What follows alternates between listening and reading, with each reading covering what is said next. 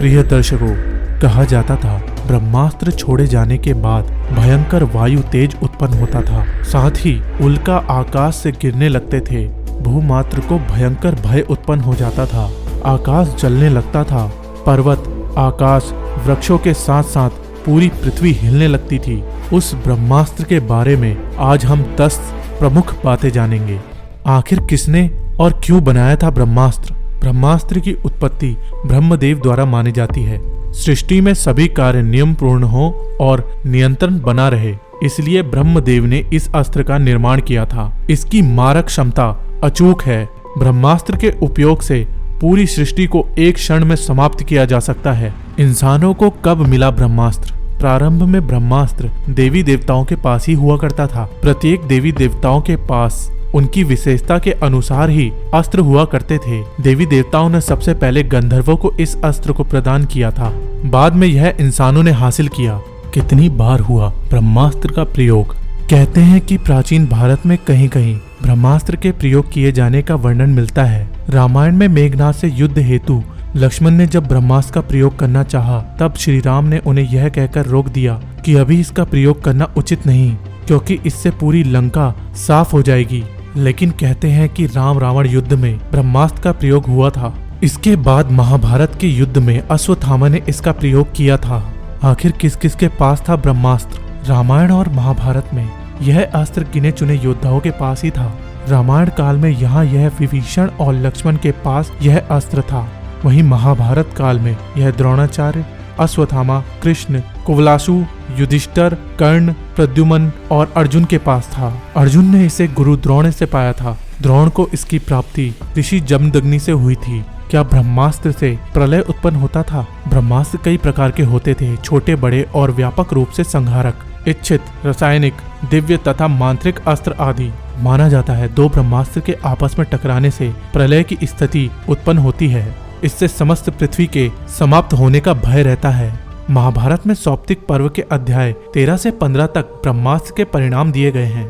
ब्रह्मास्त्र के परिणाम महर्षि वेदव्यास लिखते हैं कि जहां ब्रह्मास्त्र छोड़ा जाता है वहां 12 वर्षों तक पुनर्वृष्टि यानी जीव जंतु, पेड़ पौधे इत्यादि उत्पन्न नहीं होते। महाभारत में उल्लेख मिलता है कि ब्रह्मास्त्र के कारण गांव में रहने वाली स्त्रियों के गर्भ मर गए थे। गौरतलब है कि हिरोशिमा में भी रेडिएशन के कारण गर्भ मारे गए थे और उस इलाके में भी 12 वर्ष तक अकाल रहा। इससे एक अनुमान लगाया जा सकता है कि शायद ब्रह्मास्त्र भी परमाणु बम जैसा होता होगा। ब्रह्मास्त्र की काट क्या है? इस अस्त्र शस्त्र का काट किसी के पास भी नहीं था। कहते हैं कि ब्रह्मास्त्र को ब्रह्मास्त्र से ही रोका जा सकता है। अश्वत्थामा ने जब अर्जुन और कृष्ण पर ब्रह्मास्त्र चलाया था तब ऐसा ही हुआ था। माना जाता है कि यह सबसे अचूक और सबसे भयंकर अस्त्र है। जो व्यक्ति इस अस्त्र को छोड़ता था वह इसे वापस लेने की क्षमता भी रखता था, लेकिन अश्वत्थामा को इसे वापस लेने का तरीका ज्ञात नहीं था, जिसके परिणाम स्वरूप उसने इसे उत्तरा के गर्भ की ओर मोड़ दिया था। लेकिन इसके असर से मृत जन्मे शिशु को भगवान श्री कृष्ण ने पुनः जीवित कर दिया था। ब्रह्मास्त्र एक अचूक अस्त्र है जो शत्रु का नाश करके ही छोड़ता है। इसका प्रतिकार केवल दूसरे ब्रह्मास्त्र से ही हो सकता है, अन्यथा कहीं नहीं। क्या ये परमाणु बम जैसा था? शोधकर्ताओं के बाद विदेशी वैज्ञानिक मानते हैं कि वास्तव में महाभारत में परमाणु बम का प्रयोग हुआ था। 42 वर्ष पहले पुणे के एक डॉक्टर व लेखक प्रभाकर विष्णुव्रतक ने अपने शोध के आधार पर कहा था कि महाभारत के समय जो ब्रह्मास्त्र इस्तेमाल किया गया था वह परमाणु बम के समान ही था। डॉक्टर व्रतक ने 1959 से 70 में एक किताब लिखी, स्वयंभू। इसमें इसका उल्लेख मिलता है। कहते हैं आधुनिक काल में जब डॉक्टर ओपनहाइडर ने गीता और महाभारत का गहन अध्ययन किया, उन्हें महाभारत में बताए गए ब्रह्मास्त्र की संहारक क्षमता पर शोध किया और अपने मिशन को नाम दिया ट्रिनिटी यानी त्रिदेव। रॉबर्ट के नेतृत्व में 1939 से 1945 के बीच वैज्ञानिकों की एक टीम ने यह कार्य किया।